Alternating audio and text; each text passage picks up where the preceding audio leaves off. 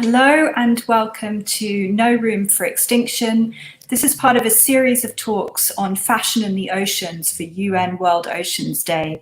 And I'm here with Lilian Liu, sustainability strategist at Futerra. And I am Sara Arnold, one of the coordinators and spokespeople for XR's Fashion Action Group. So I'm actually now going to just pass over to Lilian so she can give you some kind of a roundup of, where we are, what is fashion's impact on the oceans, and a little intro about her. Thank you, Sarah. Hello and welcome, everyone. Super excited to be here. I am streaming live here from Brooklyn in my little backyard room.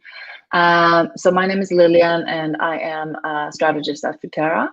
I work with companies to support their sustainability strategies to make sure that they are contributing to the environment, to human rights, really being good citizens. And I have a big passion for this. I was doing this type of work at the UN before, at the UN Global Compact, working on corporate sustainability issues.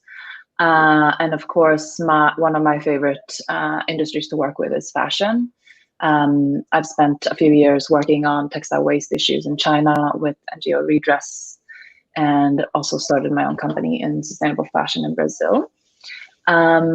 Super excited to be here. We are today focused on oceans and our precious water resources and the impact that the fashion industry is having. And I guess before we sort of dig in really to that, kind of just unbreaking why we're having this talk right now and what the World Ocean Day really is. So the World Ocean Day was actually last month on the 8th of June.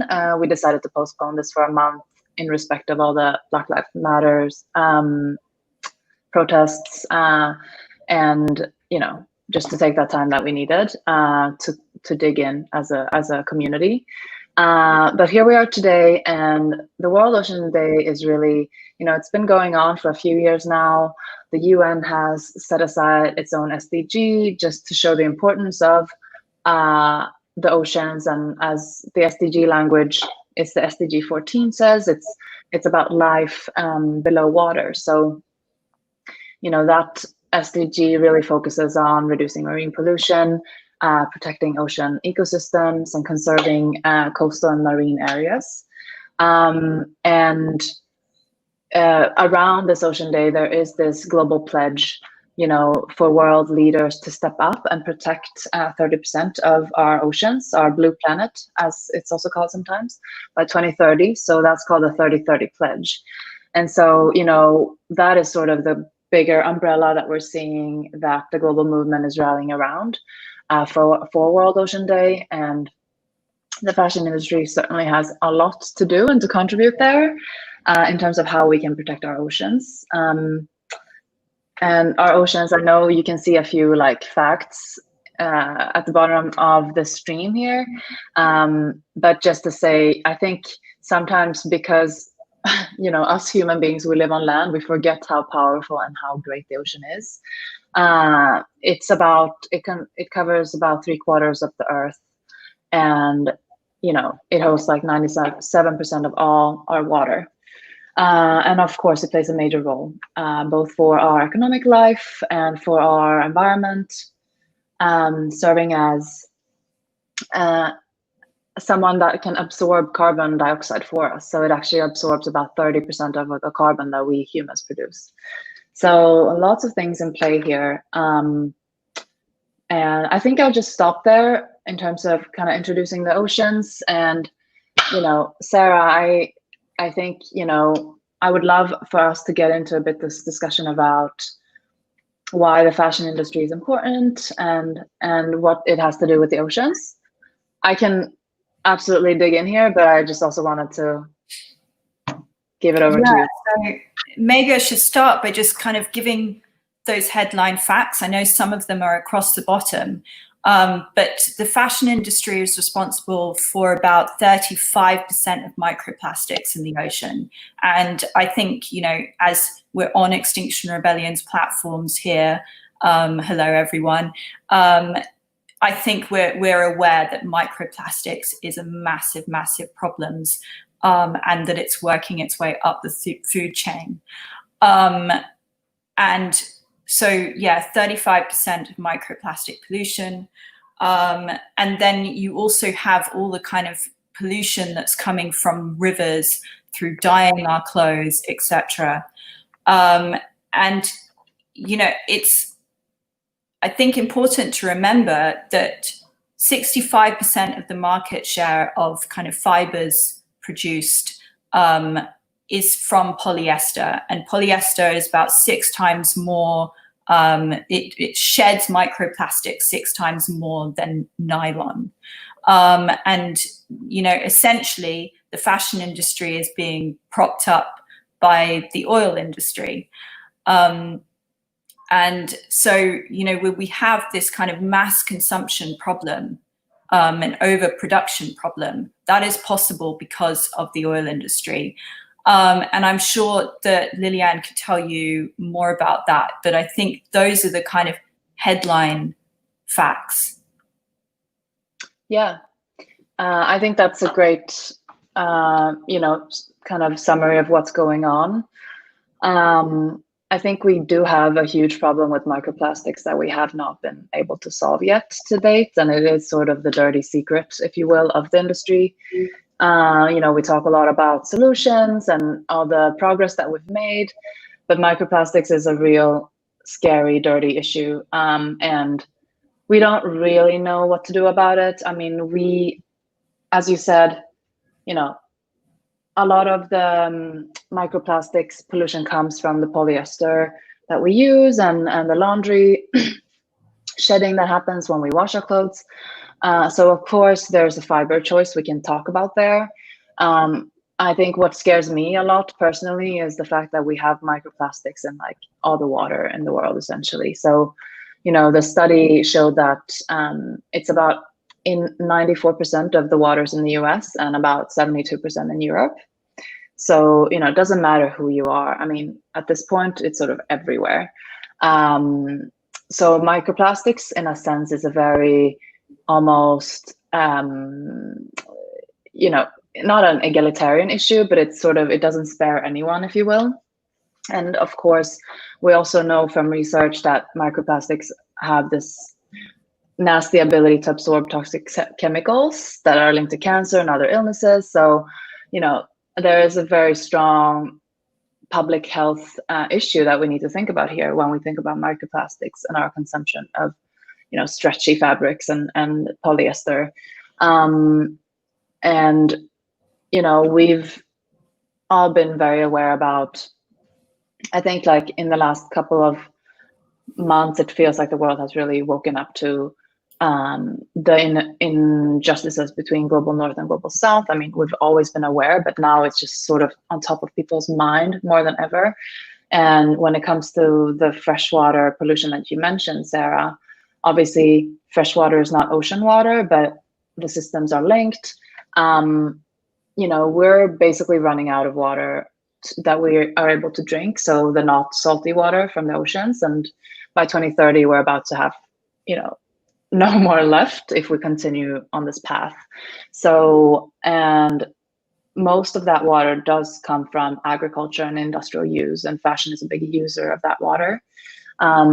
You've probably heard this stat, you know, to make a t-shirt, you need 2,700 liters of water.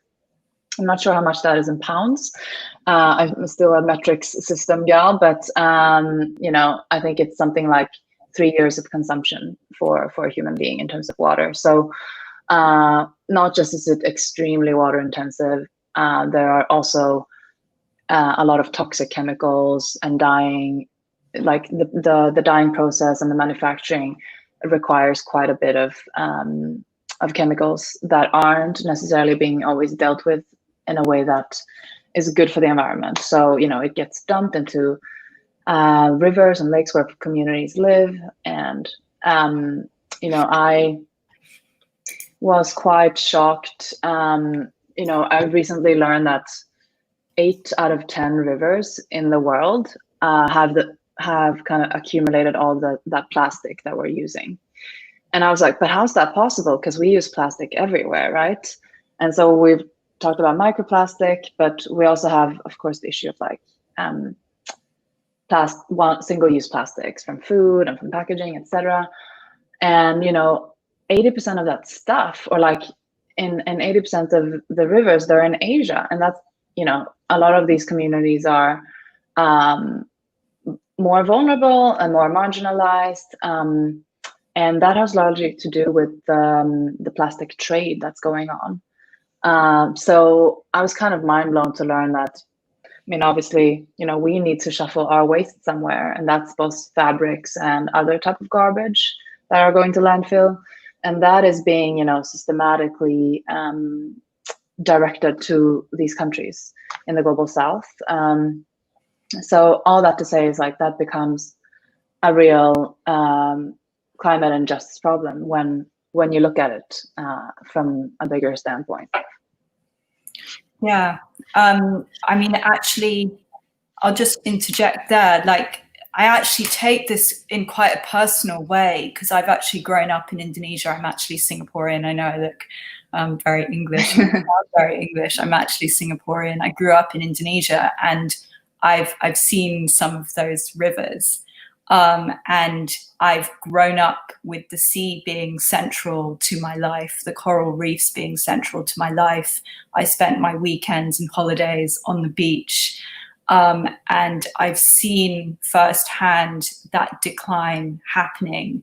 And, I've also seen those communities that rely on fish for the main source of protein for their diet. And there's not going to be a huge amount of other options for them if we end up with no fish left for them. So I think, yeah, to me, it's a really personal problem as well. I mean, the other thing that we haven't actually touched on, the huge thing, is carbon emissions from the fashion industry. And so, the fashion industry is about 10% of carbon emissions. There is a lack of data, so we're not really sure quite where it is, but somewhere around 10%.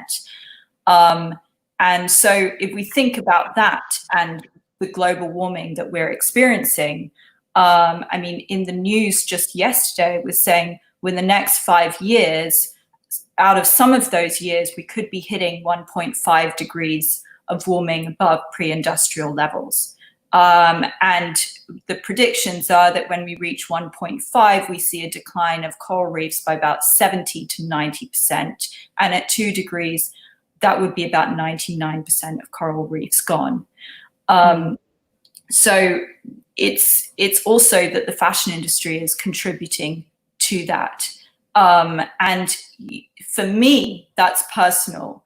And I know that I've been really privileged to be able to see how amazing coral reefs are. And for some people, that feels like a really distant problem. And people don't really understand, well, how is that really going to affect me and how I live? But coral reefs support, I think it's a quarter of all marine life. And 3 million people rely on fish as their main source of protein. So that's this other huge problem. I mean, I actually was looking at Pearly on the Oceans, looking at their website, and they work with a lot of scientists. They're a campaigning group, and the statistics that they said were by 2048 seems to be the overall accepted deadline for the collapse of all commercial fisheries.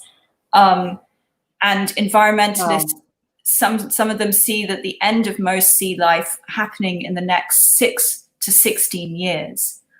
So we're really running out of time, and it's quite scary really to think about all of this. And also the rising seas as well. I also grew up in a city that is predicted to be underwater by 2050. Yeah. But maybe let's move on to something a little bit like there are really great initiatives happening in the fashion industry. It's not all bad, and maybe you can touch on that because like what are some of the examples of best practice? Yeah, no, I mean, thank you for bringing up a hugely important point, and I think we can see that everything is linked. So ocean health is human health, is climate health, is economic health. So thank you for that. Yes, I mean, the good thing is we do see that the fashion industry is innovating and we do see solutions. I wouldn't necessarily say that we're where we need to be, because otherwise we wouldn't have those horrible stats.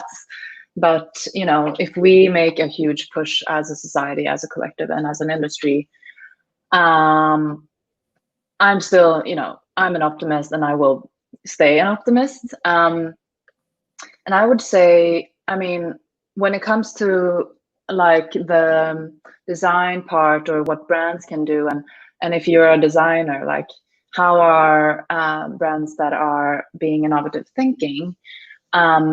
I mean, we've talked about fabrics a little bit, so we've touched on pollution, and you know, the thing is, like every month, every week, I see these new startups that are launching new materials, and that are sort of low carbon or based out of recycled material. Obviously, recycled polyester has really grown a lot in the last couple of years. And that's usually made from PET bottles, right? So like the plastic bottles that we throw away. And as much as that's all great and good, you know, 97% of the fabrics that we use to produce clothes are still virgin materials. So it's still not new materials. So I personally think that there's a lot more talk and buzz about all these solutions rather than actual adoption. And that has to do with both an accessibility standpoint. So sometimes it's not always possible to get your hands on those, like, you know, ocean recycled materials, like, but I think we need to try, and as consumers, we can keep demanding better, and that will make brands, you know, essentially force the industry to change because consumers want better and we're actively asking for it. And another thing that, you know, apart from kind of rethinking the fabric mix, is thinking about circular and thinking about what can be sort of regenerated and stay in value, right? So the idea of circular, I'm sure we all are familiar, but, you know, thinking past that linear model and thinking how we can close that loop. And, you know, the circular economy has to do with designing out waste and pollution from the start. So not just thinking about it as okay, now I have this dress and how do I now get rid of it in a responsible way? But it's built in from the start. And, you know, it's about keeping materials in use and how we can regenerate those natural systems that we just talked about, coral reefs, oceans, you know, forests. How can we make sure that our way of consumption doesn't hurt those systems? And so I do think that there's a lot that has happened in circular in the last few years. And, you know, like at Futerra, you know, our thing is that we work mainly with businesses. We do work with nonprofits too, but a lot of the time I work with companies and I build those strategies to really set a bold ambition and do something great, and you know, not settle for okay. And I think one interesting example that we did, and this was actually before my time, but I still like this example because it's very linked to the ocean and fashion issue. So what we worked with a company called EcoNil, which is, you know, they make nylon wastes that they recycle from landfills and from oceans. So it could be like fishing nets and other ocean plastics and microplastics. And then they transform that into regenerated nylon. And as you said, Sarah, like nylon has a much lower shedding degree in terms of microplastics and pollution. And also some type of nylon can be regenerated infinitely, which polyester can't, because it actually goes down in value every time you do it. So, in that sense, nylon is a pretty good candidate for that circular economy. And, we worked with Econil, they came to us and they had this great idea and this great material, but they weren't really kind of reaching, like they weren't able to communicate it in a way that was compelling and that really would bring consumers and brands on board. So, our job there was to really transform the brand, find this clear narrative and purpose, because they already had a strong strategy and we believed in the product. And, really make sure that people understand what they're all about and why it's impactful to work with them. And so I think a lot of these startups, they have great products, but they're not getting out there because, people don't necessarily understand, it's too technical. And so you need to really create a brand and build a movement around that solution in the same way that we did with Econil. And now, of course, it's one of the most,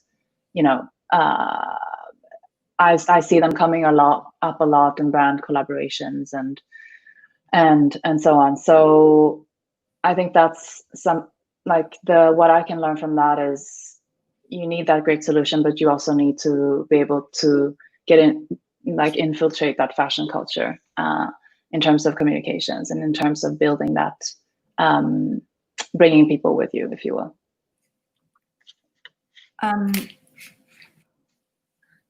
It's interesting that you're talking about this, because my question really is that, the Ellen MacArthur Foundation's report on textiles, that was, that's quite an old report now, maybe about 5 years old. And they were saying that 1% of the fashion, 1% of textiles is recycled into new textiles, so that it is circular. And 5 years on, how much progress have we really made? I don't know if that's something that you can really quantify or, give any clarity on. But this thing of we keep talking about a circular economy, we know it needs to happen, but do we really have time now? It's great that people are doing it, but we also need to learn how to kind of stop all this terrible stuff that's going on and all these virgin materials that are still being produced. Do you have any? No, 100% agree that, I think everything we consume should be circular and responsible. I don't think we should settle for anything less. But then it is also about dramatically cutting our consumption and the way, fashion culture as it is, and changing that. Because even if we continue, I don't think it's very realistic that if we can continue to consume everything we do today, that all that would be circular. So we would need to drastically cut as well, because as you said, we're running out of time. But of course, I think we'll still need to wear clothes. We won't be running around naked, I think, in the near future. So we can't just sort of cut everything away from us, but what we do use and wear and consume, it needs to be part of the system where we're not constantly extracting value from the earth, and harming people while doing that.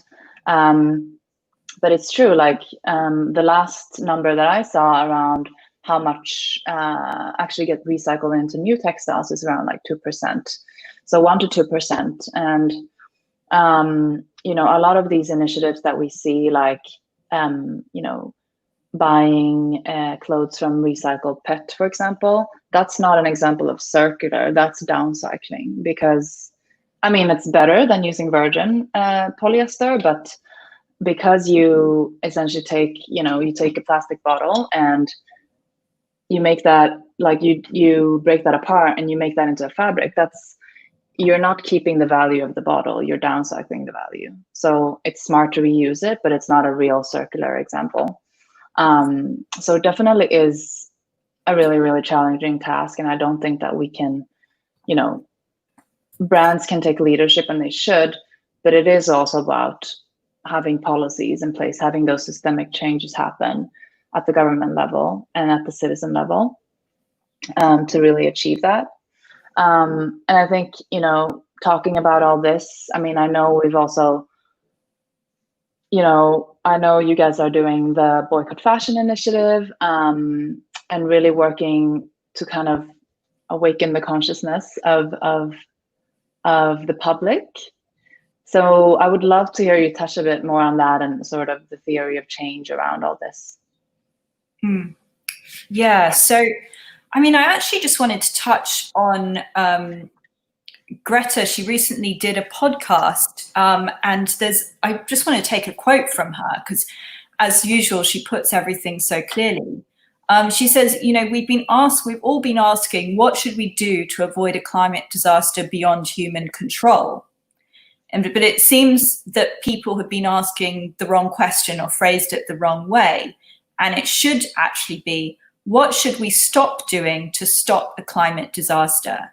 And I think that is a really good way to explain what we're doing with the fashion boycott. You know, obviously, we're still going to need to buy clothes sometime. We're still going to need some new clothes. When shoes wear out, you're going to need new shoes. And those need to be produced in a regenerative way, which is possible. But the problem is that most of the fashion industry is basically overconsumption, and we need to change that culture. We are in a system where,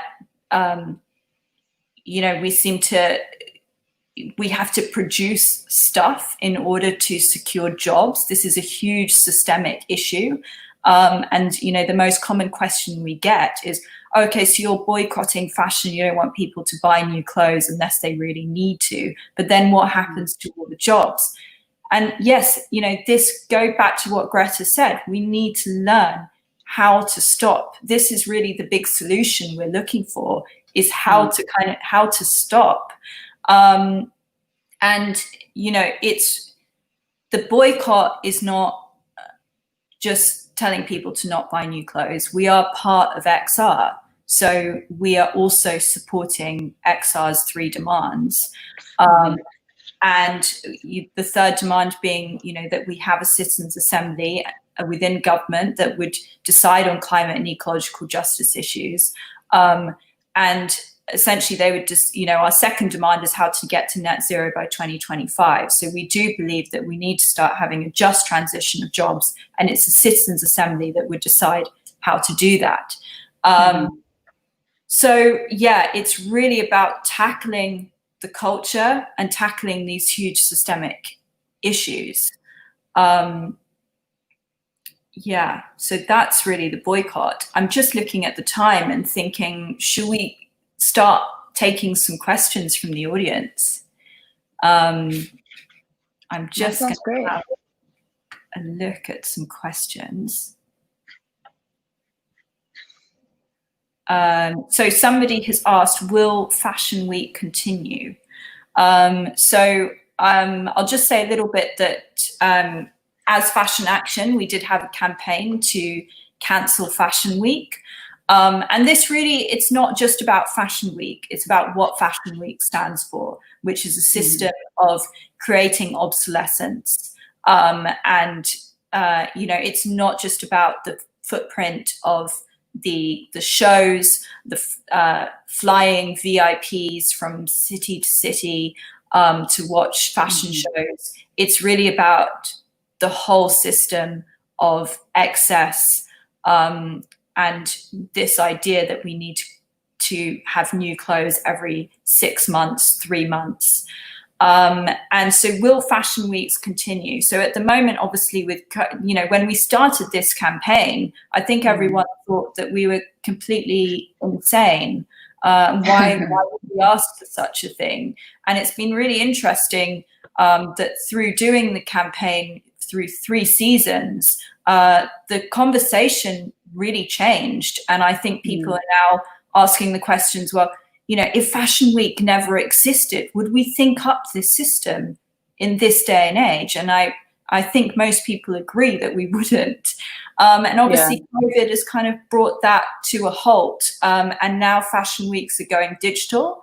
And even though that kind of fixes one problem, it does potentially bring up a whole bunch of other problems. If we don't deal with the systemic issues of an economy that that means that we have to produce more and more and more stuff in order for people to make profits and basically create jobs, this is an issue.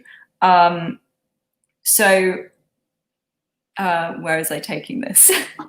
Digital fashion is, you know, it could end up accelerating consumption, and this could be even worse disaster, but it depends how it's used. Yeah, I mean, I think it's exciting to see that this digital fashion show like a movement, or that people are adopting that to the extent that it has been, and you know that different fashion shows are being canceled already. I know it's due to COVID, but I think that sort of gives us the chance of thinking, oh, okay, maybe we don't actually need those, you know, several shows every year that we're used to, because we made it work that time, and that was actually, you know, a great solution, and that allowed us to lower our footprints. So hopefully we can see some good coming out of that, you know, at the end of the year when we sort of take stock, because I think we're all still in it right now in terms of COVID disruptions. And we did have a question here that I wanted to address around, you know, do we need mainstream circular solutions and alternatives for the everyday consumer? So, and I think that speaks to what you said, Sarah, around systemic solutions. Absolutely. I mean, circular can't just be a one-way thing, because even if brands are designing and doing everything they can to build in that circular thinking from the start, they still need, you know, us as the consumer in that value chain needs to play a part in sort of making sure that that material comes back to the loop. And it's also about, you know, the ability to repair and reuse things. You know, to date, most things that we use and wear, they're designed for, they're not designed to last a truly long time. I mean, I think clothes should last at least 100 years. They should go down generations, but, you know, it's only until the next season, right? So one thing I think is interesting, though, is the EU came out this year with a circular economy action plan, and they have some bold suggestions around, you know, making sustainable products really the norm, and really legislating around how, you know, durable products should be, and that they must be easy to reuse, repair, recycle, all that. So, you know, to me, that's sort of sending a signal to brands and the industry to say, you know, you can no longer sort of wait on these issues, because soon it will be policy, and it is already in consideration. You know, this plan is also restricting single-use materials, and so on. So, and it also includes this idea to empower consumers, that consumers will benefit from a true right to repair, which I don't think is the case today. It's sort of, if a company wants to invest, they will, but it should be the norm that this is sort of baked into that consumer experience. Because you can't really say that you care about the environment and still design stuff that, you know, has built-in obsolescence, if you will.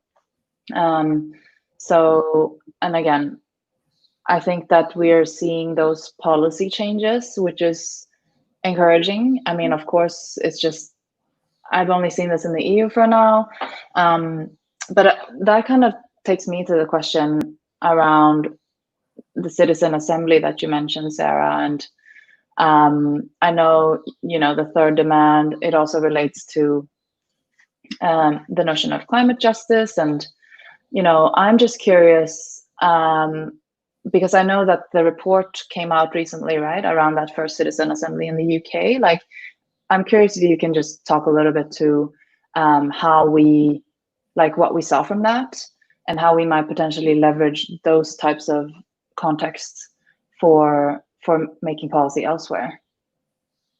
Yeah, so there was, after the April rebellion, we had, I guess, some success in that the government did decide that they would hold a citizens' assembly on climate change. But what they were discussing was a 2050 target rather than the 2025 target that we had asked for. The other thing is that we had asked for the citizens' assembly to be legally binding. And this one is not, so it will just be recommendations to government. Those results aren't actually out until September, but they did come out with a preliminary report, which basically said that overwhelmingly people had said that the government should use when they rebuild the economy from the COVID disaster, it should be around green initiatives. But I think maybe what's more interesting, considering the main reports coming out in September, is what's happened in France after the Gilets jaunes crisis. It was decided that they should also have a citizens' assembly on what climate change policies should be enacted by government. I think Macron had expected that it would be kind of policies on carbon taxes and things like this. But 99% of that citizens' assembly actually voted for ecocide law. And this is a massive game changer to have a country as kind of powerful, I guess, as I don't really know if that's the right word to use, powerful, as influential as France, to be supporting an ecocide law is really something astounding. And Macron has said that he would be willing to support that being made an international crime. And actually the Pope has also given it his support. Wow. And actually, just to bring this back to the fashion industry, I mean, if you look at the practices of the majority of the industry, and when I say majority, I'm talking, like 90-something% of the industry, it is ecocidal. I mean, you've got fossil fuels involved, carbon emissions, water pollution, plastic pollution. I mean, the list really goes on. And when you start getting countries supporting that being an international crime, then I think companies need to start thinking, well, if that becomes an international crime, how are we going to be impacted? Yeah, that is kind of a wild thought, right? If that law also, has repercussions, because sometimes we know that those international laws can be a bit tied because of the political climate. So I'm super excited to hear that. I think, we are getting a lot of questions in. Let's see, I'm just looking at them here.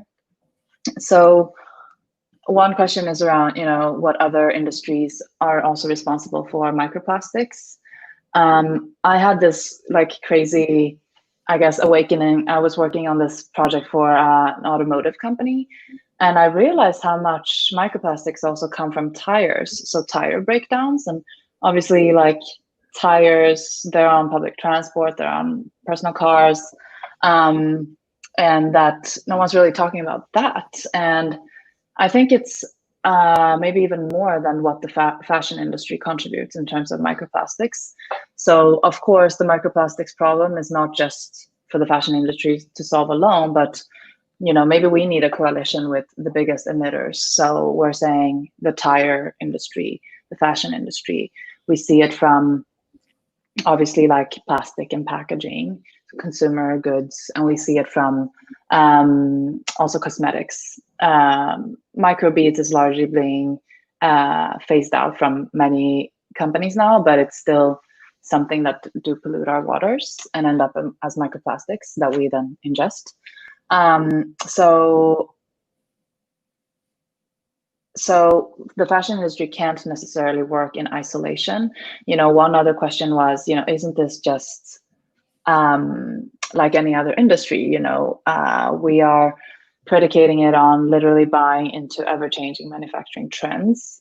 I think yes, and that's why I personally don't only work on fashion, because I know it can't just stop there. I know there's a lot to do, but it's not the only industry that is part of the problem. But that goes back to what we've talked about, Sarah, around fashion culture and buying into those trends or not. And that boycott, this boycott that you are running with is, I think, amazing in that sense, because you're really just boycotting that trend. And if we can start doing that with clothes, with other things in life, we've seen people do that to some extent in Europe with taking airplanes. And we see that train rides are rising. So it's not impossible, but it is helpful to have a movement like someone like Extinction Rebellion that can sort of drive that at a movement level, to feel like you are in it with some other people and that it is a culture that you're building and you're not just being a weird person in your friend group. Yeah, I mean, I'll just add to that I think the fashion industry is so important. And the reason why I think it's so important that Extinction Rebellion addresses the fashion industry is because it's not just an industry, it's also a culture. And it's a culture that has become about kind of creating newness. It doesn't need to be, but it's become that because it's kind of tied in with industry. And, it's kind of been exploited, or creativity has been exploited in order to sell more and more things. And I would say that the culture of fashion goes far beyond our clothes. You can sell a car by making it fashionable, and there's a reason why Mercedes-Benz likes to sponsor fashion events, right? You can put a fashion designer's logo on a water bottle to sell more water bottles. And so I think with the boycott, we're trying to by addressing the culture of fashion, we're trying to address the culture of consumption as a whole. And then trying to address the systemic issues that are around that. And I think the other thing with fashion is that it's kind of almost like the holy grail of all of these systems coming together, in that, it's a prime example of colonization. Where is fast fashion made? It's made in the global south mainly. There's so much slavery still involved in it. All of these things kind of converge with the fashion industry, but it's also kind of, because it's a culture, we can use it to tell these stories. Absolutely. A friend of mine, Celine, she mapped out those colonial trade routes with today's sort of trade routes, and they're largely the same. So basically, raw materials and parts coming from global south to the north. And then the north selling back those finished products in much higher value, more expensive, to the global south. And, instead of silk and tea that we used to get from Asia to Europe, it's now textiles, And so the same systems and the same structures are still in place, just sort of different goods. So I don't know what we'll see in 100 years, if it will be other things that we are kind of shipping. But if we are able to break that colonial cycle and are able to kind of get out of that habit of consumption, right, through, for example, boycotting and saying no, then maybe we're finally able to break those sort of colonial slave routes that are still going on, where we're still exploiting people making those products and getting those raw materials. So I'm really glad that you brought that up. I think that the fashion industry can and should take a much bigger role now in I think in social justice questions, because we know that so much is produced in the global south, and a lot of the pollution that the industry is contributing to is happening in those communities in the global south.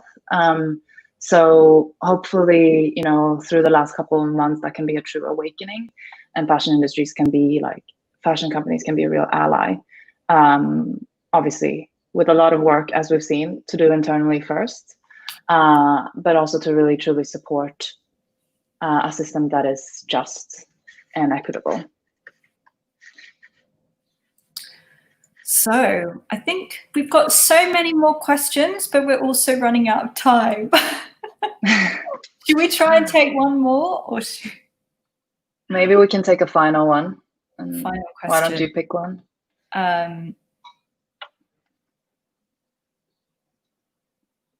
Oh my God, there's too many good ones.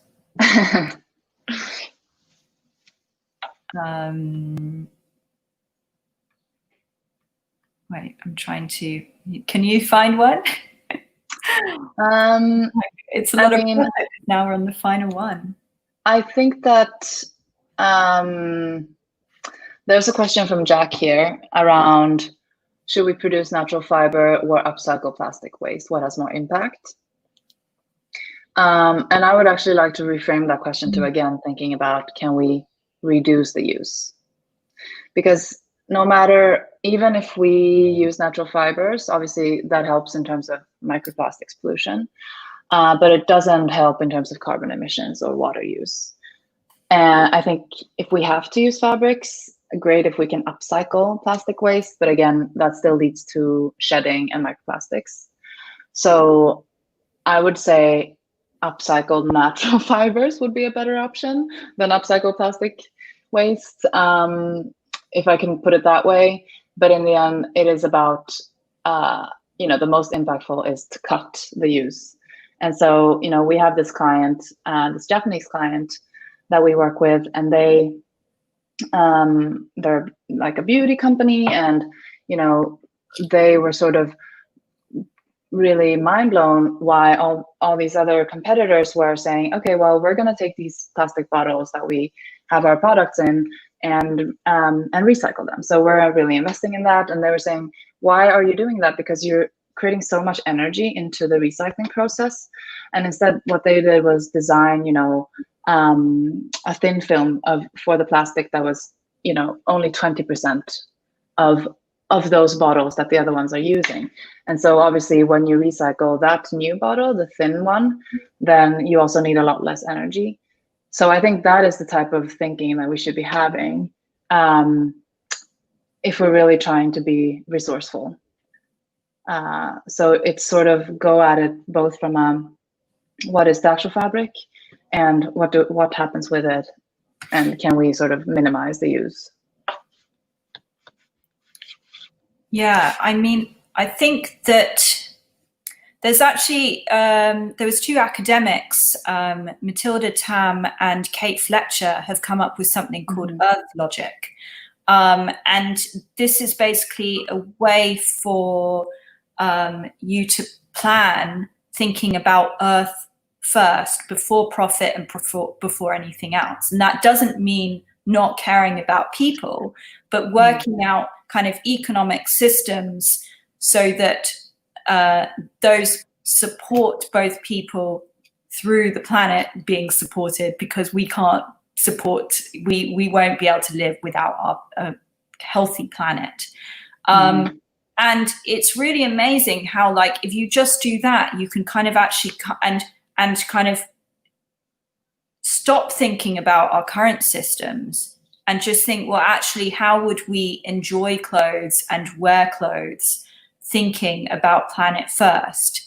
And the main thing is, you know, we need to grow out of growth. We need to think local. We need to think about new centers of fashion instead of these colonial roots. And then we need to be teaching skills to other people, teaching people how to mend things. We need a new way to communicate about fashion and also new policies. And, you know, the kind of examples you could have is like, why not be teaching people how to mend things in your local library? Mm-hmm. And the thing is that we've produced enough textiles that we probably have enough for many generations to come. So really, if you were to kind of neglect the current systems and think about planet first, fashion would be really, really different.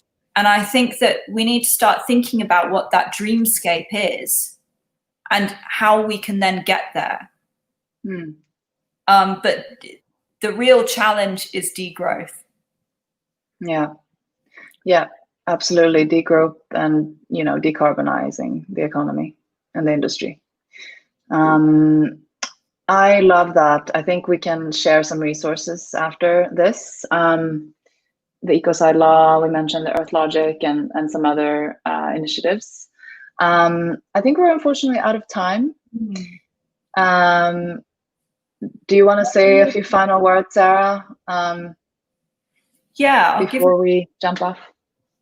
I'm quite sad that we're coming to the end of this. It's really enjoyable, and I'm really sorry for all the questions that we couldn't take. My final comment is that, you know, we're experiencing the COVID disaster, and the one thing that we can learn from it is that when you're in a crisis, you need to treat it as a crisis because we need to protect lives.